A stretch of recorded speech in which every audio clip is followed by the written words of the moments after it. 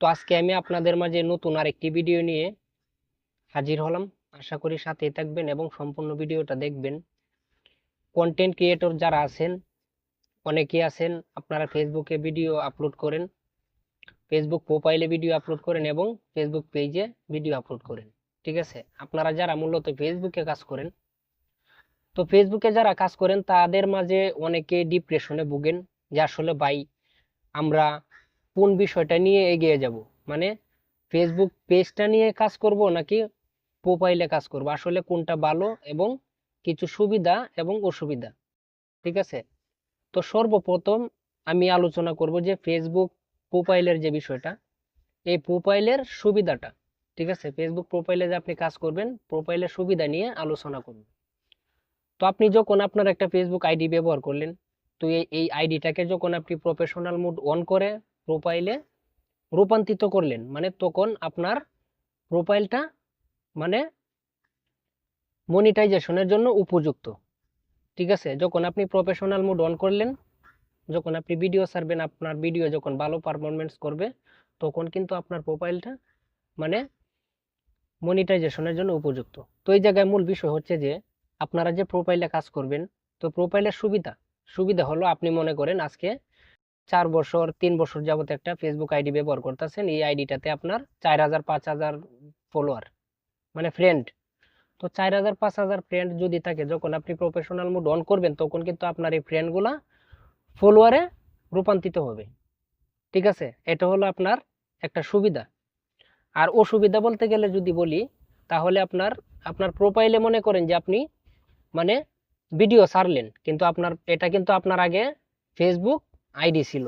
ঠিক আছে, তো আপনার ফেসবুক আইডি থাকার কারণে আপনার অনেক পরিচিত মানুষ, পরিচিত মুখ সবাই কিন্তু এই জায়গায় অ্যাক্টিভ। আপনি কখন কি করেন, কখন কি পোস্ট করেন, সবগুলা কিন্তু তারা দেখতেছে। কখন কি ভিডিও ছাড়েন, সবগুলা তারা দেখতেছে। তো অনেকেই আছেন যে মনে করেন যে ভিডিও করতে গেলে লজ্জা পান।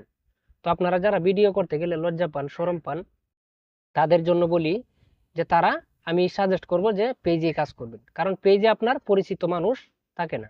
আর একটা কথা মনে রাখবেন, মানে পরিচিত মানুষ আসলে কোনো সময় সাপোর্ট দেয় না। ঠিক আছে, তেমন ভালোবাসে না। এবং একটা কথা এই সবাই জানেন যে সবাই চায় যে তুমি ভালো করো, তবে আমার থেকে বেশি না।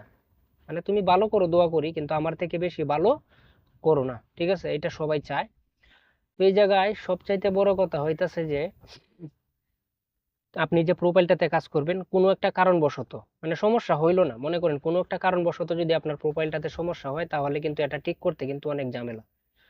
ঠিক আছে, এমনও হইতে পারে আপনার প্রোফাইলটা এই সমস্যা হয়েছে, আপনার প্রোফাইলটা অনেক একটা ভালো দূর আগায় গেছে, তখন আপনার প্রোফাইলে কোনো একটা সমস্যা হয়েছে, মানে অনেক দিন যাবত কাজ করছেন, মানে ভালো একটা পজিশনে নিয়ে গেছেন, তখন যদি আপনার প্রোফাইলটাতে সমস্যা হয়, তাহলে কিন্তু ওই এমন হইতে পারে, ঠিক হইতেও পারে, এমন হইতে পারে ঠিক নাও হইতে পারে। তো এটা একটা সমস্যা। তো আমরা কিন্তু প্রোফাইলের মোটামুটি ভাবে একটা সাধারণ জ্ঞান পাইলাম যে সুবিধা এবং অসুবিধা নিয়ে। তো আমরা এখন পেজের সুবিধা অসুবিধা নিয়ে কথা বলবো। তো পেজের যে বিষয়টা, একটা পেজের অসুবিধা হচ্ছে আপনি নতুন যখন একটা পেজ খুলবেন, তখন কিন্তু নতুন নতুন অডিয়েন্স আপনার পেজে যুক্ত হবে। আপনার মানে এমন কোনো কিছু না যে আপনার পরিচিত লোকগুলো আপনাকে দেখবে। ঠিক আছে, ভিন্ন ভিন্ন বন্ধুদের সাথে আপনার পরিচিত হবে, ভিন্ন ভিন্ন বন্ধুরা আপনার মানে আপনার পেজে যুক্ত হবে।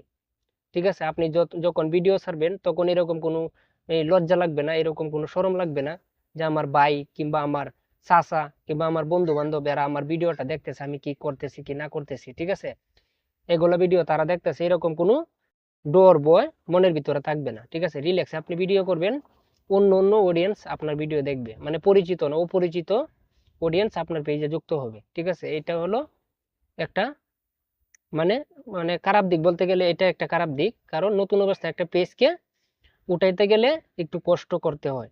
ঠিক আছে, আর প্রোফাইলটা তো আপনার ফ্রেন্ড আছে, ফলোয়ার বানিয়ে নিলেন, প্রফেশনাল মোড অন করলেন, ফলোয়ার হয়ে গেল। তো এই জায়গায় আপনার পেজের মাঝে আরেকটা সুবিধা হইলো আপনার, যে একটা পেজ কিন্তু খুব তাড়াতাড়ি গ্রো করে।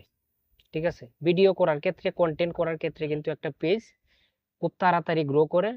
ঠিক আছে, তো একটার কাজ কিন্তু আর একটাকে দিয়ে হয় না, মানে প্রোফাইলটা কিন্তু এত তাড়াতাড়ি গ্রো করে না।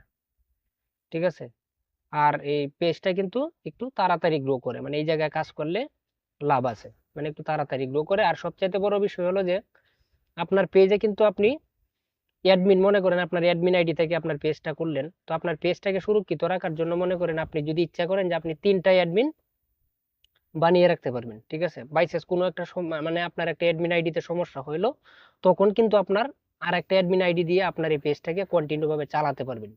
ঠিক আছে, একটা অ্যাডমিন আইডি নষ্ট হইলে।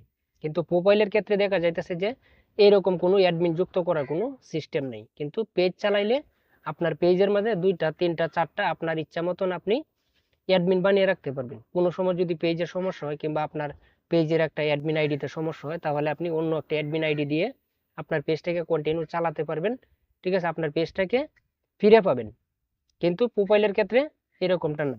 তো আমি সবাইকে সাজেস্ট করব যে আপনারা যারা কন্টেন্ট তৈরি করতে চান, কন্টেন্ট তৈরি করতে ইচ্ছুক, ঠিক আছে, মানে আগ্রহ আছে, আপনারা ফেসবুকে কাজ করতে চান, তো আমি মনে করি যে প্রোফাইলটা বাদ দিয়ে আপনারা নতুনভাবে ইউনিক একটা নাম দিয়ে একটা পেজ খুলে আপনার যে বিষয়ে দক্ষতা অভিজ্ঞতা আছে, ঠিক আছে, যেই বিষয়ে আপনার পারফরমেন্স ভালো, সেই বিষয় নিয়ে আপনি একটা পেজ খুলতে পারেন, পেজে কাজ করতে পারেন। ঠিক আছে, আশা করি আমি সাজেস্ট করব যে আপনারা প্রোফাইল বাদ দিয়ে পেজে কাজ করবেন, সবচাইতে ভালো হবে, সবচাইতে বেটার হবে। তো আজকের মতো ভিডিওটা এই পর্যন্তই। সবাই ভালো থাকবেন, সুস্থ থাকবেন, আবার নতুন কোনো ভিডিও নিয়ে আপনাদের সাথে যুক্ত হব। ধন্যবাদ।